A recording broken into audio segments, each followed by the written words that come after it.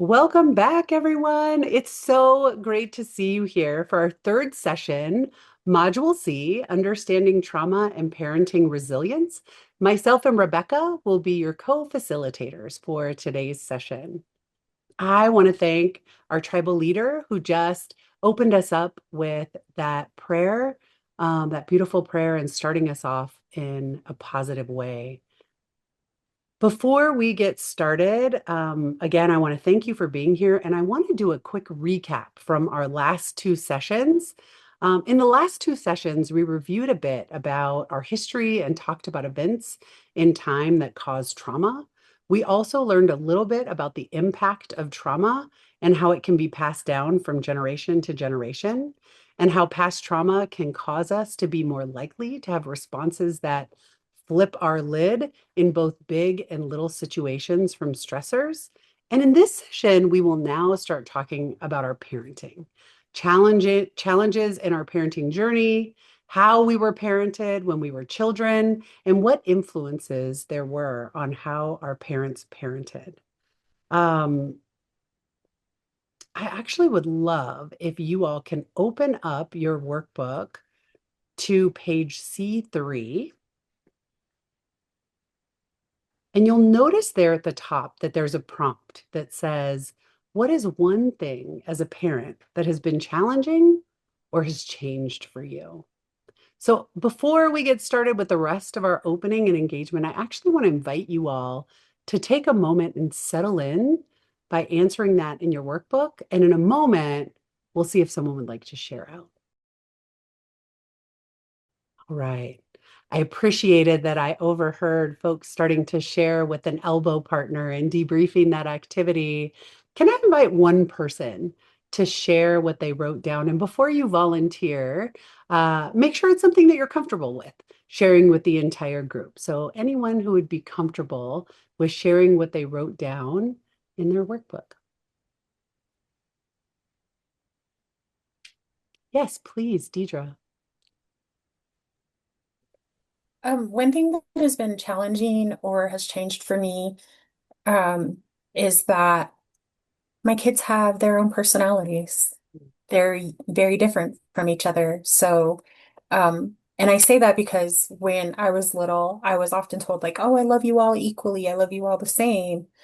But becoming a parent myself, like I realize it's really hard to do that because my kids have their own unique individual needs. So I can't just like blanket love them equally. Like I Yeah. love them immensely, but the way I show up for them is different Mm. based on their personalities. Thank you so much for sharing that. And I love how you're naming that the needs of our children are different. So the way that we show love or show up for them is going to look different too in order to meet their needs. That's actually a part of what we'll be talking about when we move forward in the curriculum. So thank you so much for bringing that up. Uh, before we keep going, I just want to thank again everyone for being here and as well as our leaders who allowed for us to be in this space for this training. I want to remind you where the restroom and the emergency exits are and also information about parking. Again, another reminder, just like in previous sessions, silencing of mobile devices and technology. I know that life goes on in spite of being in a training. And so I just request that if you need to take a call or send an email, that you step outside of this space so it's not distracting for other people and really honoring our learning space together so that we can all show up and be here. As a quick reminder, you might remember we've already covered our learning agreement and our parking lot. As you look on our wall, I've kept posted up here, Rebecca and I have kept posted up here our learning agreements and our safe and brave spaces conversation, as well as some of them that are listed here on the slide. Take a moment and read through those. And then if those still feel good to you, give me a thumbs up. If there's something you'd like to add to the learning agreement, please unmute your mic and let me know. Fantastic. I'm seeing a lot of thumbs up that folks are feeling good with our learning agreement.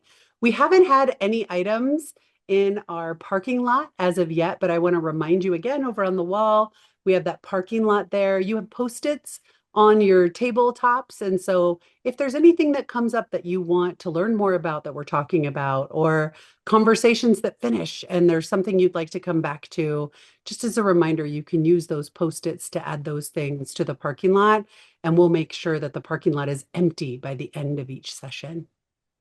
All right.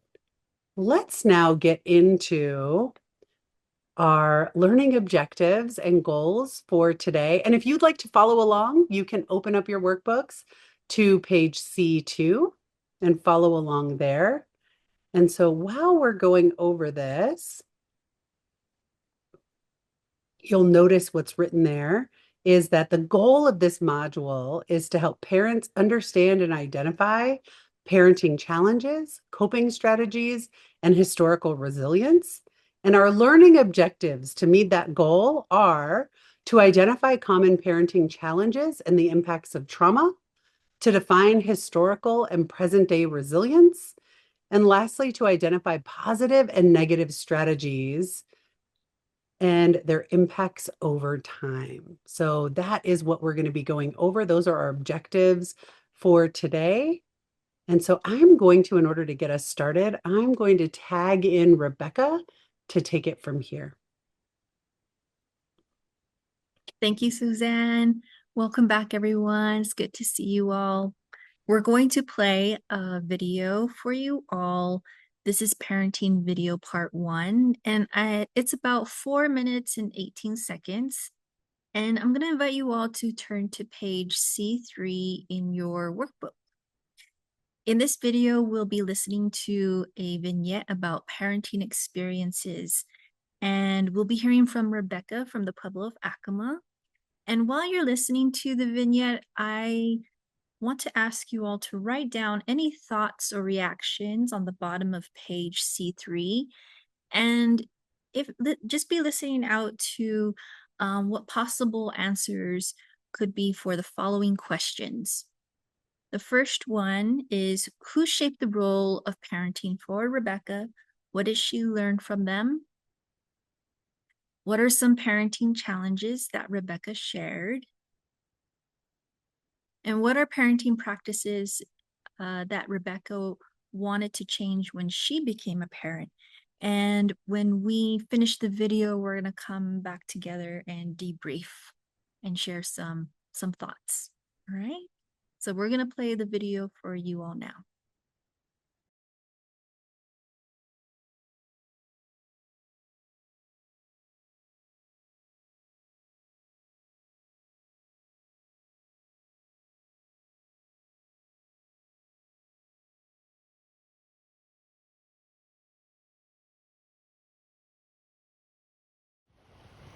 One of the things I did learn from my parents about parenting is how important healthy relationships are, and that parenting is hard and that's okay.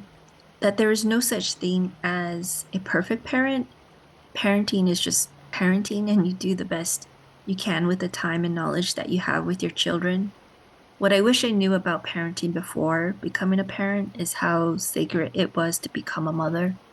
I know now, or have come to realize by learning from other individuals, how becoming a parent really is a life transformation, and that it can be a positive experience.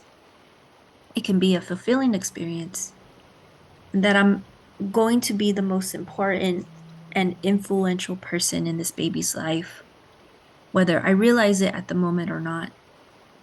Reflecting back, I wish I could have heard that at an earlier age, because I think I would have carried myself or thought of myself differently from the beginning, instead of thinking that I came from this place of deficit or burden. Because I became parent at the age of 19 and I had my first son at 20, I did experience stigma, and becoming a confident parent was a challenge for me. And so as a young mother, I think I would have liked to have had that kind of empowerment, that mindset, because I think I would have believed in myself more as a mother. I would have made decisions with more strength in myself. I know my younger parent self really needed that. And I think all parents need that in some way or another.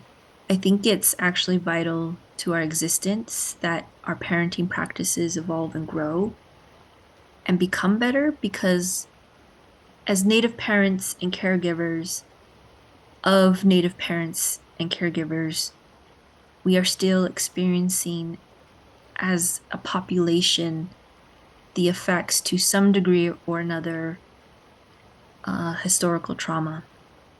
So to me, it makes a lot of sense. For example, a person like my maternal grandmother, who was an amazing person, who I knew cared about us and did her very best to provide for us, could not or know how to express things like warmth, nurturing, patience. And so, whether it was intentionally or unintentionally, some of those firm parenting behaviors also continued through my mother. The difference, though, has been that I have seen my mom begin to try to understand why it was the way it was between her and her mother, and to also try to do things differently. And I think also to begin to repair some aspects of it that were hurtful. And then I saw glimpses of my grandmother and mother's parenting style in myself when I became a parent. No matter what our history has been, we always have the choice to begin to parent differently, to try to do better, to become better parents. I think as Acoma people, as Native people, we all have our creation story. And so at some point, we were all created from the first parent or caregiver. And so we've been parenting and caregiving since time immemorial. So I think it is what our ancestors would expect of us, that it is both an honor and a responsibility to continue to grow and become better parents and caregivers of children so that we can continue thriving as a people.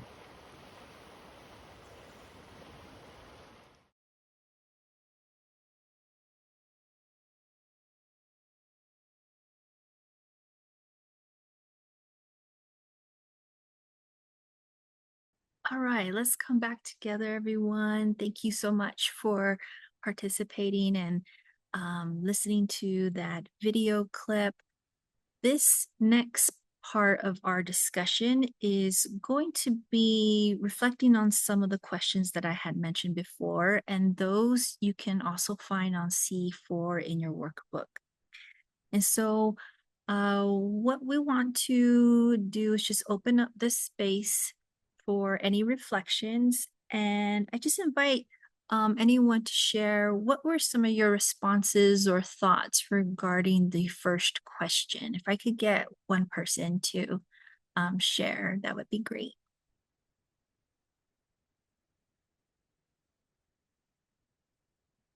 Hardy.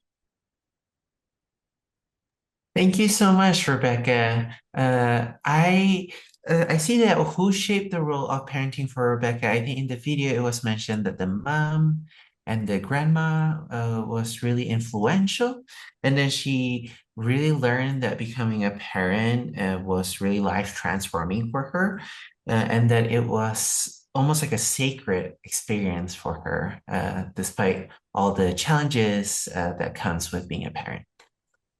Thank you, Hardy. Those are some really great observations. And Deidre, did you want to chime in as well?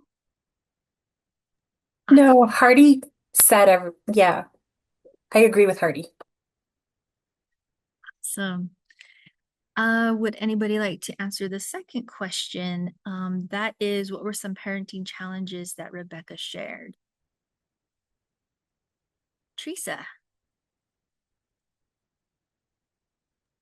Yes, thank you. I recall Rebecca talking about her experiences with her mother and her grandmother, and noticing that it was sometimes challenging to share things like warmth or some of those expressions seem to be a little bit challenging, and that has had some influence on Rebecca's own parenting, but also feedback to her mother and grandmother. Awesome. Thank you, Teresa. Yes, those are great observations as well, and kind of shows the vulnerability it takes, to even kind of think about our own parenting, right? And that, there's just some things that we can start to explore as parents. Great. Thank you for sharing. And can I get one other person to answer the last question? What parenting practices did Rebecca want to change when she became a parent? Deidre. Yeah, thanks. I was really struck by um, how Rebecca talked about you can at any point change the way that you parent. You don't have to parent the same way that your mom, your parents, or your grandparents parented. And um, I just had this image of like at any time you can jump off the trauma train. You don't have to parent with that same trauma. Yes, that's a great response, Deidre. And I think you bring up the point of, parenting doesn't have to stay the same, and the power of choice, right? The power of making those decisions as a parent are so powerful. Thank you for bringing that up. Thank you all for participating in that discussion. Um, I think it just goes to show through the clip and people's responses that parenting challenges that Rebecca described may have felt similar to some of our own experiences. So we're going to spend some time talking more about common parenting challenges. For this next activity, we're going to take about 10 minutes. For the first 2 minutes or so, we're going to ask you all to individually write some thoughts or ideas to what could be common parenting challenges. And we're going to ask you to write those down at the bottom of C4. And then we're going to ask everybody to come together in small groups and ask you all to share what you came up with and write those down on your small group chart paper. All right. And so you're going to write as many of those ideas down, and then we're all going to come back as a large group and share.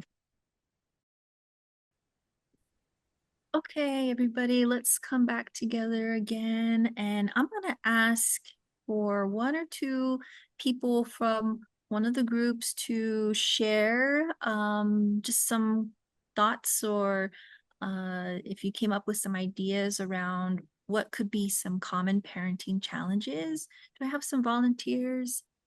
All right. Thank you, Teresa. Yes, we talked in our small group, we talked about a lot of things, but a couple of things really stood out. And that was just having enough time with our children and all of the other demands on our time can sometimes turn out to be challenging challenges. Also, we talked about the setting boundaries and in some regards expectations. And we know that as our children grow, those boundaries and expectations also change. So, the challenge is to be flexible enough to and have enough time to be flexible and setting up expectations and boundaries. Thank you. Thank you, Teresa. No, those are really excellent examples. Thank you for sharing. Do I have another volunteer? Deidre.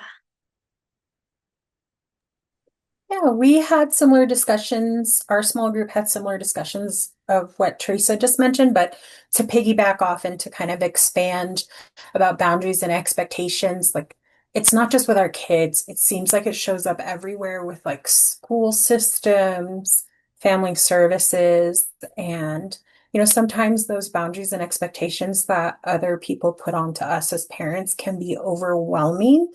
And sometimes it can feel like people are judging us. Mm, yeah, no, definitely. Thank you, Deidre.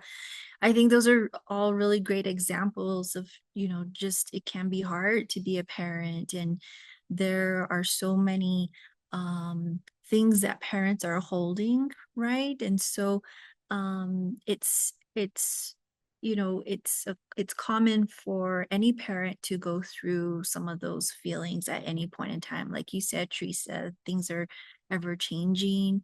Deidre, that feeling of judgment, those are all real, right? So thank you so much for sharing those really deep reflections.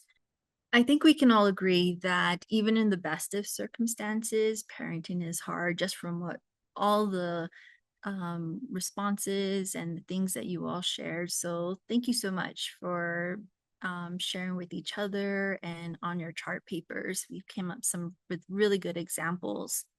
Now I want you to turn to page C5 in your workbook.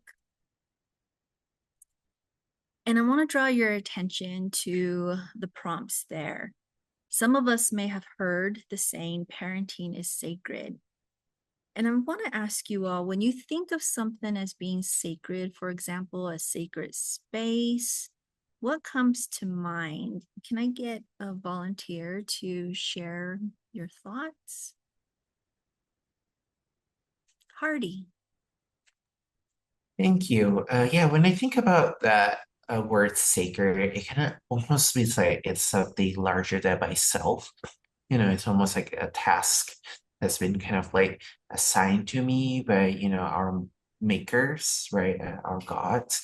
Yeah, so I think, with parenting, I think it's such a tremendous responsibility, to raise a human being, really, right? Yeah. So, providing, like unconditional love and, support, I think those what makes it so sacred, and so powerful and impactful, not just for my child, but also for myself as a parent, as a human. Thank you, Hardy. Thank you for sharing that. Yeah, something being sacred can feel like maybe it's regarded with great respect. It's deeply important, or even has some reverence, feelings of reverence attached to it, right? And parenting is sacred. I think that's what, something that we can kind of reflect on, even if it doesn't always feel like it, right? There will be times when we make mistakes or wish we could have done things differently, or have other deep thoughts and emotions about our parenting. And when parenting doesn't always go the way we want it to or think it should, having self compassion and taking care of ourselves so we can better take care of our children can be a way of honoring the sacredness of parenting. And this takes time and practice. And so, in the next module, we're going to spend some time developing self care plans and identifying resources and supports for parenting. And then in our final module, in module H, which is coming up in a few sessions later, we'll spend some time talking about self-compassion. So we're going to come back to these topics later. Right now, we're going to take a break. And I just want to remind everyone again that if you need some time for any self-care yourself, or would like to talk to Suzanne and I during the break, we'll be here. But we're going to take about 15 minutes, and then we're going to come back in a little bit. Thank you all. Welcome back from break, everyone. It was so much fun connecting and laughing and having snacks together during our break. We are actually going to get right back into our content with a video. This video is 4 minutes and 17 seconds long, and you are going to be taking notes on the video on page C5 of your workbook. The source of this video is PBS NewsHour, and the title is Family, Sobriety, and Parenting: An Indigenous Woman Tells Her Story. While we're watching this short video, it is about a First Nations Indigenous woman from Canada, Louise Bewley. And as you listen, I want us to recall that First Nation peoples in Canada faced historical traumas to the ones that have been faced in this country as well. And so while we're listening and following along on C5, I want you to answer those questions that are listed there. How is the woman or how is Luisa's story impacted by historical trauma? So see if you can jot down examples while you're listening, examples of historical trauma similar to the conversations of trauma that we've had in previous modules. And what were the messages of resilience for parents and caregivers that you think were present in her story? Okay, so those are the things we're going to be writing down. Let me know if you have any questions. And if you're feeling good, if you're ready to get started in the video, give me a thumbs up. Seeing most folks have a thumbs up. One more quick note that I want to add before we get started is it's important for us to know that the story includes her journey with substance use, in this case, alcohol, loss of custody, homelessness, as well as her mother's journey related to historical trauma from boarding schools. And although this video does have a positive ending, please, as always, lean into self-care in whatever ways are needed. We have a self-care table at the back of the room. If you need to put distance between yourself and this video for any reason, please do take care of yourself. Please know also that if you leave this space during the video and you don't give us a thumbs up that you're okay just using the restroom, that myself or Rebecca will go ahead and follow you outside of the room to just make sure that you're okay. So again, if everybody's good to go, give me a thumbs up and we'll start our video. Fantastic. All right, let's go ahead.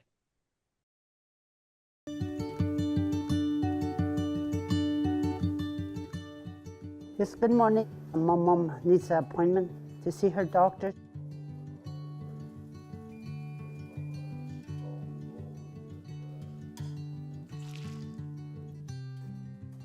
She's getting old. She's 95. She needs somebody there. Go visit her, do laundry for her, cook for her. Okay, I'm gonna make some bannock. We're still working out a lot of things, but it's a lot better than 30 years ago. Yeah. After I got out of residential school, I was angry at my mom for a long time. I said, I blamed them, I guess. 7 years old. Don't know why they sent me there. They were all strangers to me. Nuns were all black, dressed in black. I lost my language, my cultural. Yeah, I even lost myself. I just measure my flour.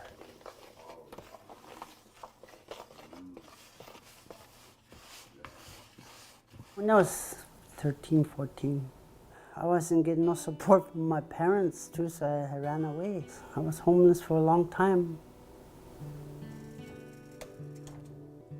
I watched people drink. I thought they had fun. I had older friends, you know. They went to parties. I went with them. That's how I started drinking.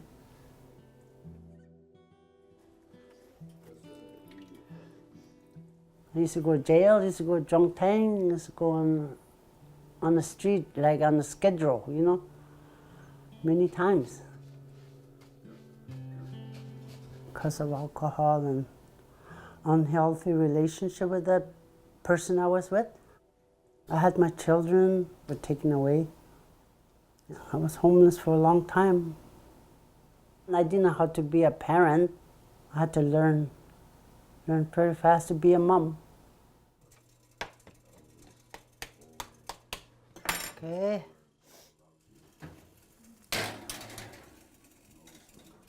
I tried many times to sober up. I went for treatments in the last 20 years, you know. I went for treatment, never worked because I didn't want it to work.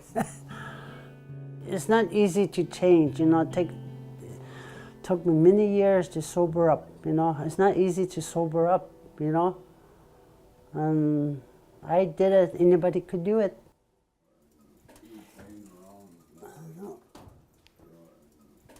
It should be done.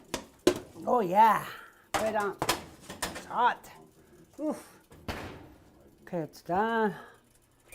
But eventually I forgave my mom. I'm closer to her now.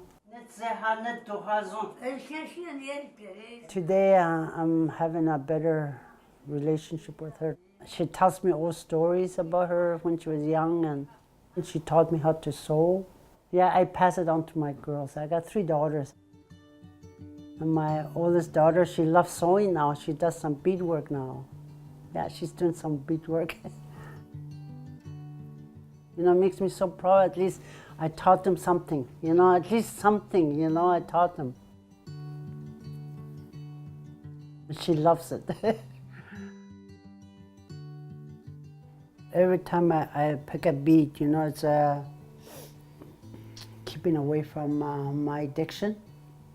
I'll go further away from my addiction, and I go closer to my mom. Yeah, that's I guess that's the way I like to think about it now. Yeah.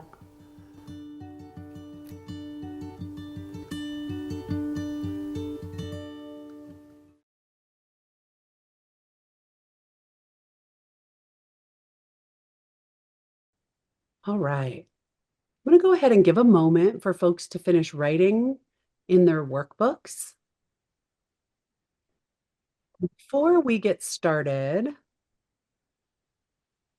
go ahead and invite folks to take a deep breath and breathe out some of the heaviness of that story,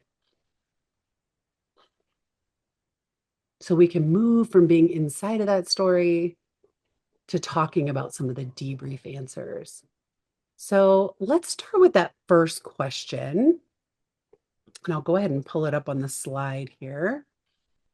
How was Louise in the story impacted by historical trauma? Can I get a volunteer to share some examples? Yeah, Teresa, please go ahead. Yeah, Louise talked about several things, one of them being sent to a boarding school at age 7. That was impactful for her. She talked about loss of language and culture and self, quite frankly. And she talked about being angry at her mom. Yeah. And of course, you know, the alcohol and jail. Yeah. Thank you so much for those examples, and so many of the examples that really resonate with the conversations that we've had before about trauma experiences in boarding schools, that can really resonate with those conversations. Yeah, Hardy, please. Yeah, thank you so much. Yeah, I just want to add on to what Teresa has said. I think what was, really, I guess really stressful for her too as a parent was that she lost custody of her children too. And she said out loud, right, like she doesn't know how to parent, which I could really relate to that. Yeah, especially with the impact of historical trauma as we've been discussing. Yeah. Thank you so much, Teresa and Hardy, for providing those examples of how Louise was impacted by historical trauma. I want to encourage other folks, if you didn't have some of the examples that were shared by other folks in our room, go ahead and write those down in your workbooks as we're moving forward. Let's go into that second question. What do you think were some of the messages of resilience that were present from her story that we could take from that as parents and caregivers? Any thoughts? Messages of resilience. Yeah, Deidre, please go ahead. When I was listening, some of the things that really stuck out to me about Louise's story is just how much bravery it took to ask for help and treatment and seek out that treatment. I think it just speaks to how much she had to be brave and how much courage she must have had to. And then the other part was just like, she talked a lot about her sobriety and like recovery and this process of forgiving. And one part that I just thought was really beautiful was this sense of repairing both ways. Like she's repairing her relationship with her mom and healing that trauma.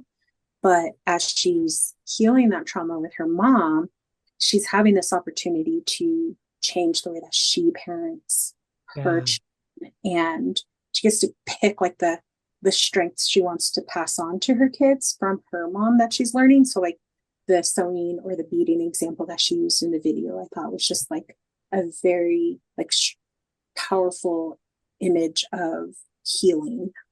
Yeah. both directions. I love that you're naming that it's taking place in both directions. And it's actually some themes, some through lines from some of the conversations that we've even had in this space as well, how we were parented and how we want to parent in both directions. So thank you for naming that, Deidre. And Teresa, I think I saw your hand up as well. Please go ahead. Yeah, thank you. And thank you, Deidre. I recall Louise saying that growing further from addiction means growing closer to mom. I thought that was just simply beautiful.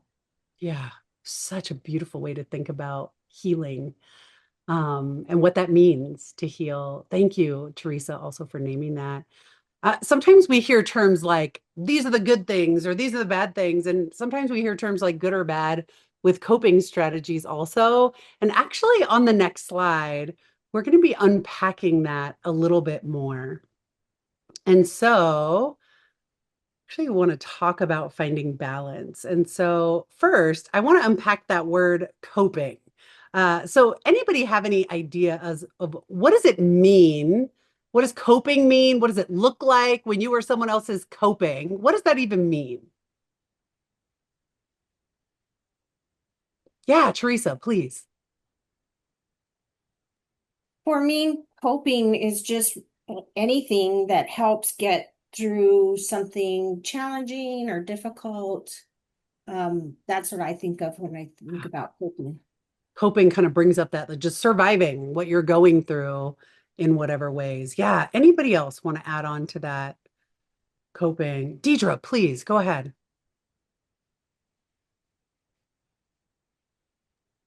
I was thinking about the image that popped into my mind in coping is like being in the calm brain. So like maybe in the calm brain or like taking a walk or stepping away from the situation before I react or yeah, just taking that time to take a deep breath or give myself time to step away and process a little bit. Yeah, thank you for that. That actually leads me into my next question that I want us to think on and see if someone has an idea about. But when we think about examples in which Native peoples have healed, found balance, or dealt with hardships in their lives, what are some examples of that? Let me say that one more time. And I want you to be thinking before colonization. What are some examples that you can think of in which Native peoples have healed, found balance, or dealt with hardship in their lives? Can anyone think about some examples?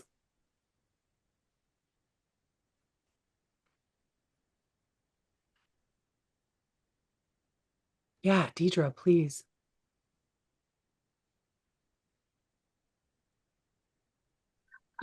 Yeah, I was thinking about how my grandparents like always like instructed us that getting up and running early in the morning helps build strength and resilience. Something that was really big in our family growing up, or going to ceremony to just ground yourself and be around family. And I think even just like cooking with your family and putting those positive things back into your meal and sharing that time with your aunts or your grandmas and laughing and all those good things that happen around building community and bringing family together.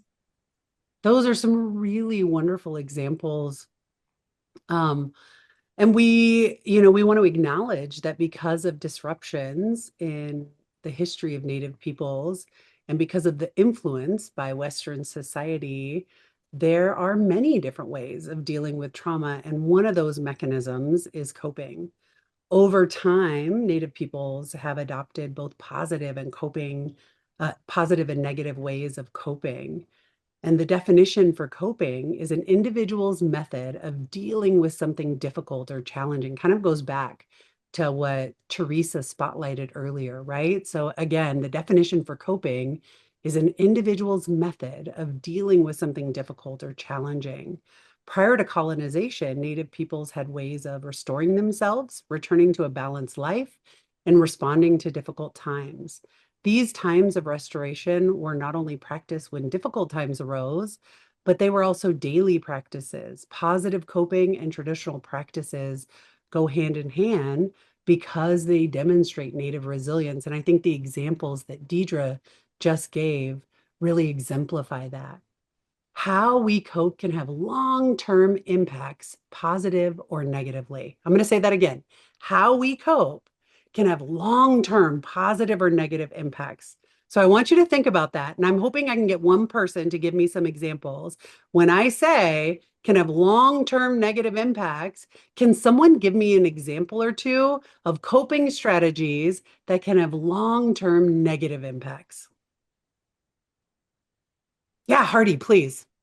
Yeah, I think I love that we're talking about this topic because I feel like it connects so well with the video we just watched about Louise. One, coping strategy, that we've seen, right? Like sometimes people use substances, right? I think that is if for the long term, that can really be negative, right? Like, especially it can lead to things like incarceration or, the damages in our physical health and our mind too, and our soul. So I think that's just something that I was, really struck by. Yeah. I just kind of want to talk to the group about. Yeah, it was hard to hear about some of the ways that Louise was coping in that video. And I'm hearing in what you're saying as well, just acknowledging that those were the things that she was using to keep alive during that time. So thank you for that. Yeah. I want to shift it now to long-term positive impacts. And so, can we think about some examples of coping strategies that if we keep doing them over time, that they can have a positive impact, long-term positive impacts? Anyone have any thoughts about that? Yeah, Deidre. Yeah, I like how Hardy brought it back to what we just watched. And I think that one of the things that I was thinking of, like coping positively from the video, is that passing down that sewing or beadwork, I forget which one she mentioned, that she learned from her mom onto her daughters. And then that's something that her children can then teach their children. And it can just have this really, they can take that trauma and turn it into something really beautiful. And it can become like a family legacy from generation to generation instead of passing on like Hardy mentioned, the negative coping and the substance use, but something beautiful that can turn into art and sustain, like help her family heal. Yeah. Oh, I love that example and that pulling that through line from the video we watched earlier. And again, over time, to you all's points, positive or negative coping strategies can impact our parenting in positive and negative ways. And so I want to go back to when we're thinking about some of those negative coping strategies, like using substances that aren't prescribed to us, in the short term may lead to feelings of euphoria or help us to get through painful thoughts or experiences, but in the long term can lead to disconnection from family, community, culture, can lead to addiction, health challenges, and even early death. That's what we mean by long term.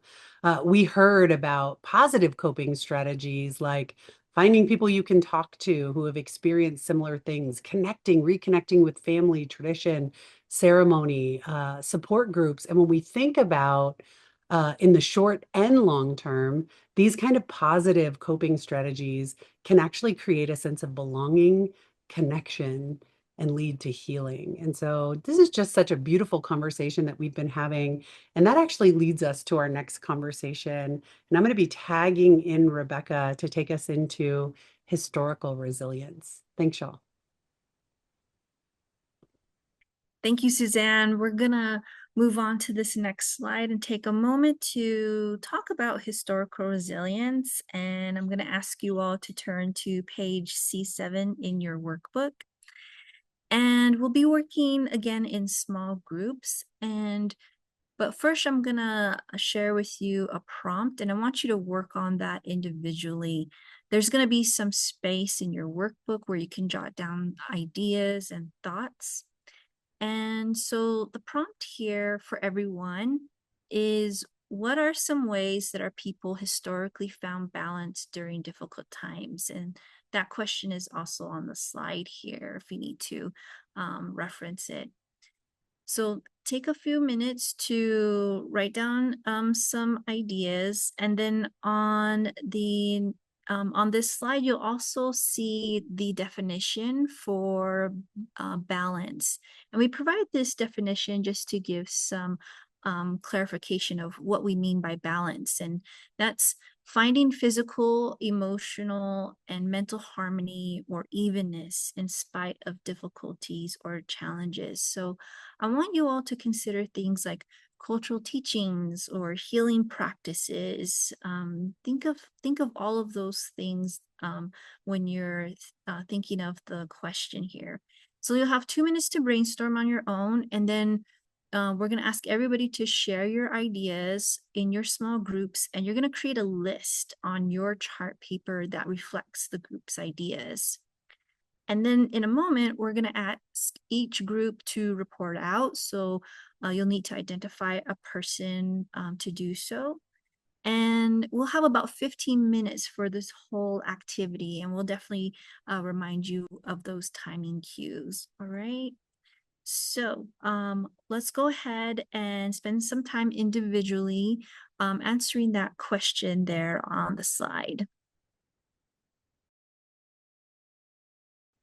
All right, everyone. Thank you so much for participating in this activity. I'm seeing some really great conversations happening and some idea generating.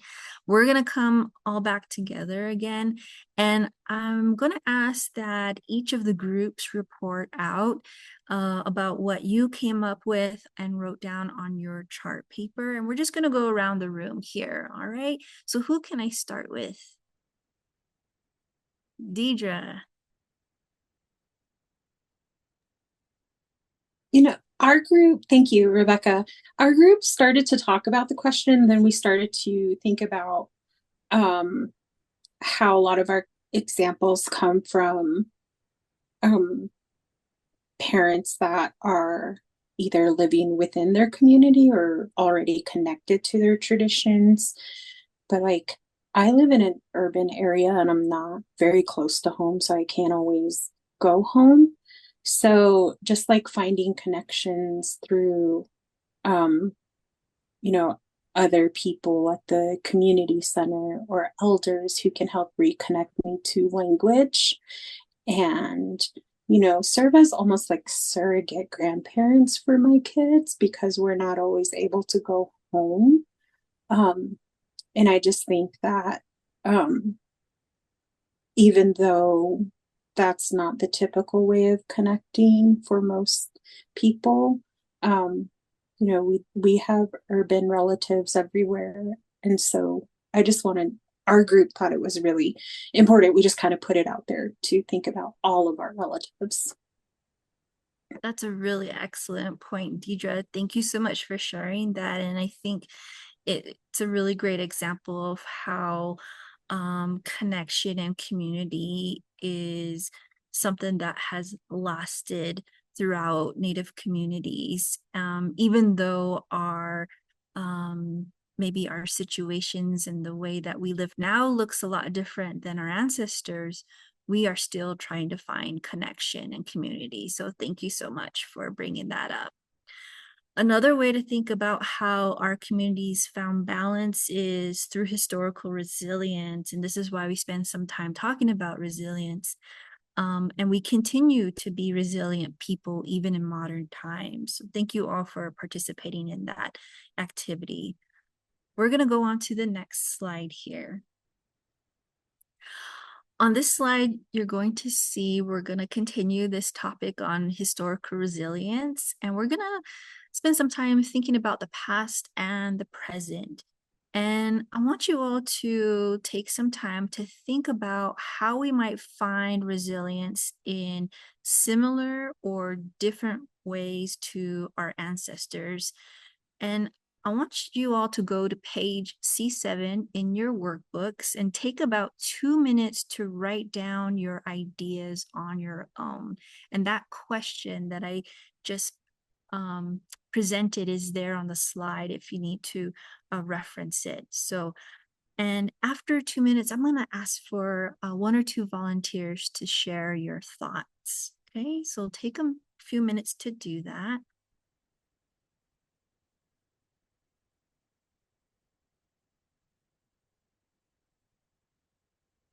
Okay, everyone, can I get 1 or 2 volunteers to share your reflections or thoughts around how might we find resilience in similar and different ways to our ancestors? Teresa, yes. I'm thinking back on a couple years ago when we were in the height of the pandemic, and we were really trying in all our resilience, we were trying to find ways to stay connected to our community, to our families, and at the same time recognizing that we needed to actually have some space between us so that we would be safe and that our communities would continue to thrive even through these very difficult times. So I think resilience came as came through us needing to be creative and stay connected. Yeah, that's a great example of just, you know, how the effort that went into that, right? And that our ancestors also put in great effort to stay connected to community. That's a great example. Thank you. Can I have another volunteer to share? Veronica, yes. Yeah, what I thought about was, I think there was a time when some of our spiritual and ceremonial practices were outlawed, but today I think we have revived or continue to carry on those traditions and those belief systems. So they're still alive and intact in our communities today. Excellent. That's a really wonderful example as well. And just, you know, how powerful that can be, right? Considering the time that our ancestors started and then how we carried them on to today. That's awesome. Thank you so much. And for some communities, these strategies, these examples of resilience may look different, right? And some do feel or look the same and similar, and they've evolved, right? They've evolved with our people. And so thank you all for participating in that conversation. On the next slide, we're gonna review some information, and you can also find this image in your workbook on page C8. And I want to just draw your attention to the information on this slide and mention that it's important to understand that finding resilience is about balancing risk factors, protective factors, community, and generosity or caring for others. And so I'm going to take you around this image and just highlight some of the things that you see here. So what we mean by risk factors, we're talking about, as mentioned in Module 8, the historical trauma. We're talking about treaties, forced removal, genocide, boarding school experience, federal and state policy, and even topics about oppression and discrimination. Protective factors, what we're highlighting here is really around spirituality, tribal identity, includes elders, our ceremonies and traditions, and community centric approaches, humor even, all those things that protect our communities and ourselves. And in this next kind of quadrant here on community, we want to also include who's in our community, youth, parents, families, just what we see as community locally and institutionally. And then finally, the area on generosity and caring for, we really see examples of resilience when we see things like giving back to the community, responsibility to ourselves and those around us. And all of these really exist at the same time, right? They don't just happen on their own. They're all interconnected, and it's possible and necessary for us to find balance between all of these things. So on the next slide, we're going to talk about, as we close out this session, return to the sacred path. And if you turn to your workbook on page C9, you're going to see this image as well and some space to write down any notes and thoughts. And we've spoken about historical trauma and have now touched upon our historical resilience. And we're going to return back to historical resilience again. This isn't the only time that we're going to bring this topic up. So we're going to have many more conversations in some of the future sessions. And we also mentioned that Dr. Yellowhorse Braveheart and Dr. Chase, who worked to create the healing from historical trauma and return to the sacred path model that you see here, note that resilience and supporting positive coping skills is part of releasing the pain of trauma. And thinking about how we can begin to release that pain of trauma and move on our path towards healing really has the potential to support our children and our children's children, so future generations. And so let's take a moment to watch this next video. We're going to play a video clip called We Shall Remain. And this video highlights our history of trauma and our ability to heal. And to give you an idea, heads up on what you can expect to see in this video, there will be powerful images of resilience and loss, both past and present. And so we're just going to remind everybody to please attend to whatever self-care needs you have during this video. Suzanne and I will also be available if you need to pull us aside. And that we just ask you all to just write down any thoughts that you have. And we're going to come back together again as a group and share out. Okay? Are we all ready? Can I get, okay, all right. So I see some head nods and thumbs up. Thank you very much. We're going to play the video right now.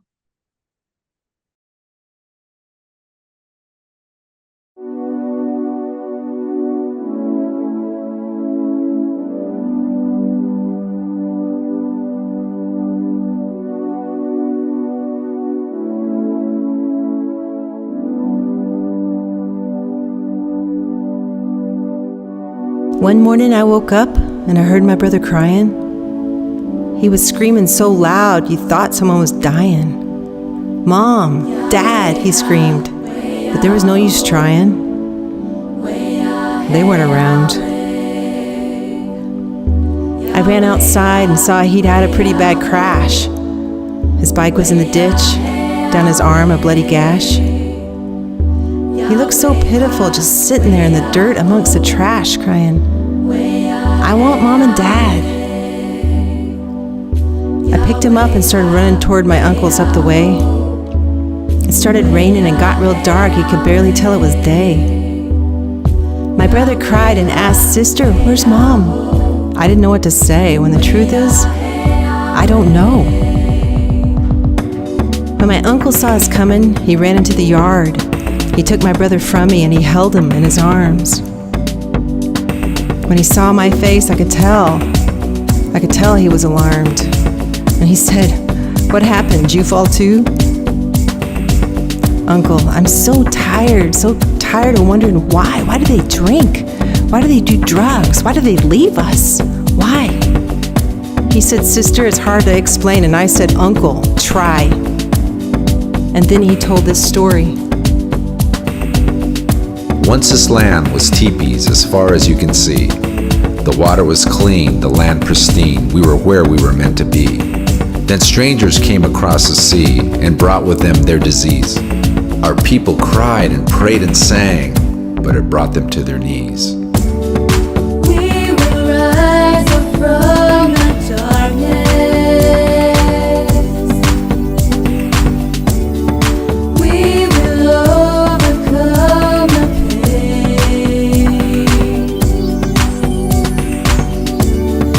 Warrior spirits live within us. We shall remain. Imagine that your family, and most of all your tribe, what if most of everyone you love suddenly got sick and died? And before you even had a chance to bury them and mourn, the strangers came and took away the land where you were born. And you wondered if your parents even cared as they stole you and your brother away, or if they'd been so beaten down they had nothing left to say. And then at school, they cut your hair and beat you if you spoke the language that Creator gave our people when earth awoke. We will rise up from the darkness. We will overcome the pain. Warrior spirits live within us. We shall remain.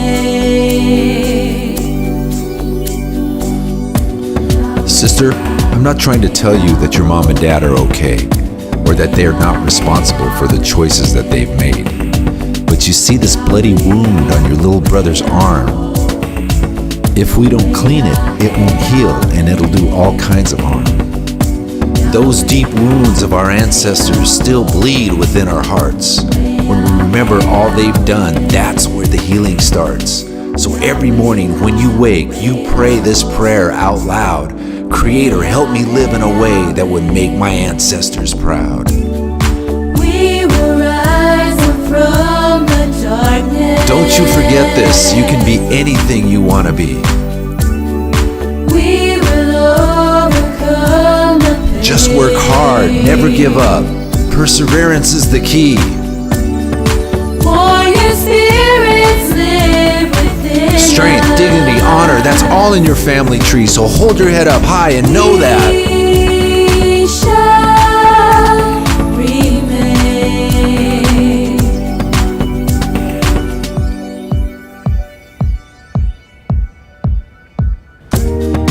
We will rise up from the darkness. Creator, help me live in a way that will make my ancestors proud. We will overcome the pain. Creator, help me live in a way that will make my ancestors proud. Warrior spirits live within us. Creator, help me live in a way that will make my ancestors proud. We shall remain. Little brother, we will rise up from this darkness. Little brother, we will overcome the pain. Remember, warrior spirits live within us. We shall remain.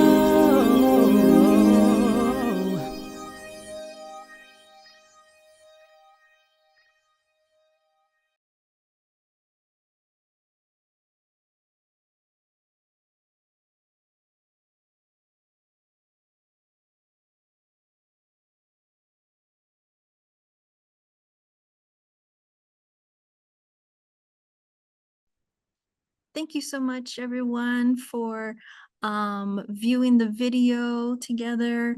I'm gonna go around the room and ask for any volunteers who would like to share any thoughts that they have.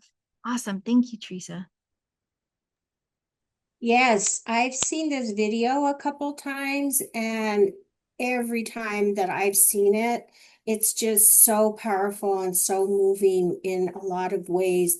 A couple things that really stick out for me is the song and some of the lyrics, that the one in particular that says warrior spirits live within us.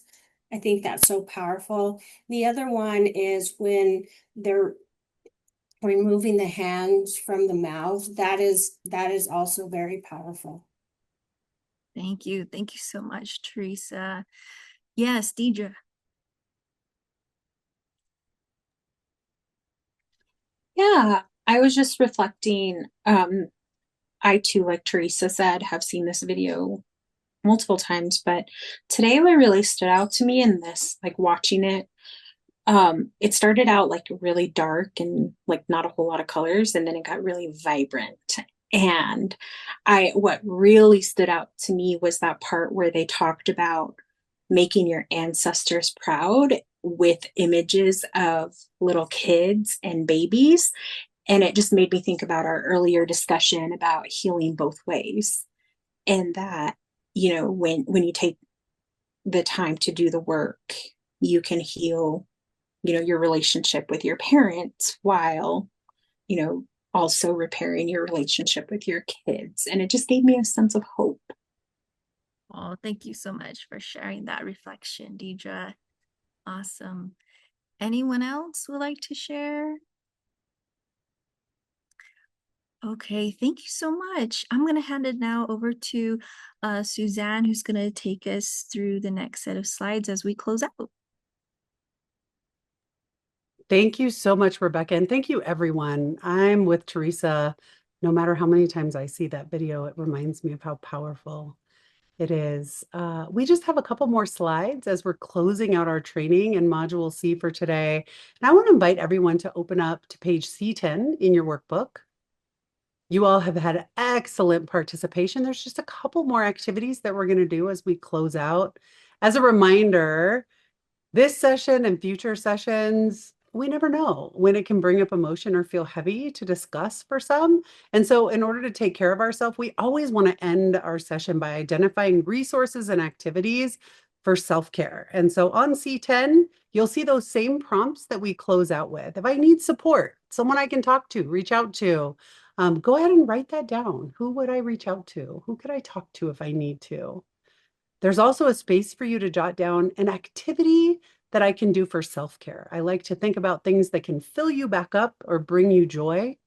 After a training like this, or if something is touching close, what can I do to repair or lean into self-care? And a resource I can access or use if I need support or help. As a reminder, Rebecca and I have been keeping resources in packets on the back table as well as on chart paper on the wall that are specific to our communities. And so you can use those as well as if you can't think of a resource for yourself. In our next session, before I move on from this slide, I want to draw your attention to the image in the bottom left-hand corner. Our next session, we're going to begin talking about circles of support. This includes building upon today's concepts by digging deeper into the ways of taking care of ourselves and identifying supports and resources. I think we've been foreshadowing that we're going to be talking about learning more about resources and supports for ourselves. And so we're really going to spend some time talking about that next time. So just preparing yourself for that next session. On our final slide, I just want to thank everyone one more time. And I want to draw your attention on page C10 as well to write down for the homework. And given everything that we've talked about today, our homework is going to be one way that I will practice resilience and or positive coping strategies is. And so be thinking about and write that down. Have an intention of how do you want to intentionally practice resilience and or a positive coping strategy given everything that we've been talking about? And again, think about those resources that we have available. On your desks, you'll also notice that there are exit tickets there that we've had available to you. So go ahead and fill out those prompts and turn those in before you depart today. What's your overall reaction to the class and why? gives you an opportunity to choose an expression, a reaction emoji related to your experience today. So a smile is a good experience. No emotion is, I'm not sure how I'm feeling. A sad face, not a good experience. There's also spaces for you to jot down your reflections on something new that you learned, something you want to learn more about that Rebecca and I can make sure that in future sessions we address or name. A question that I still have from today's session, and we'll always go over answers to exit ticket questions at the beginning of each session. So next time we'll go over those. And a space to share any other ideas and feedback. The last question on the card as a reminder is if you need additional follow-up and letting us know what kind of follow-up or support would be needed, in their space on the back of that exit ticket for you to be specific. If you leave this space, please let us know if you've turned in that exit ticket and you want follow-up support, how we can get in contact with you to follow up with that additional support. Thank you again to our hosts and everyone for being here today. We have had just such a fantastic time, and we want to honor everyone for help co-creating such a wonderful space for learning. Thank you, everyone. Thank you, everyone. Bye, friends.